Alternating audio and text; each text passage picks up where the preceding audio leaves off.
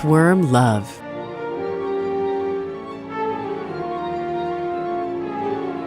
It's cuddly and complicated. From the start, the earthworm is built for romance, with 4 or 5 pairs of hearts.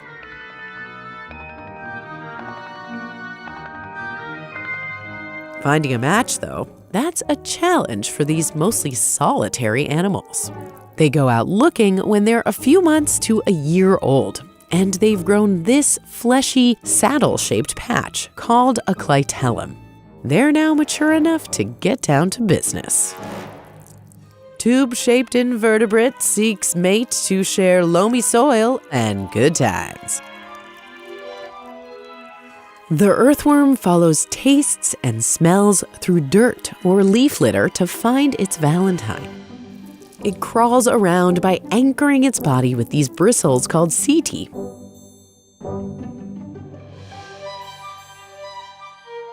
Then pushing forward with its muscles. Along the way, it fuels up on bacteria and tiny fungi in the soil and leaves, sucking them in with its mouth. Such a luscious lip. Every earthworm has some non-negotiables. Must breathe through iridescent skin. Must want kids. But male or female is not one of them. All earthworms are both. They're hermaphrodites, which automatically doubles their chances of finding a mate. When they do, they waste no time. Side by side, they surround each other with rings of slime they exude from their skin, bodies pointing in opposite directions. And they embrace with these flaps on their clitella. They can canoodle like this for an hour, swapping sperm. It travels outside their bodies here, where they press up against each other, and flows between these segments into storage sacs inside.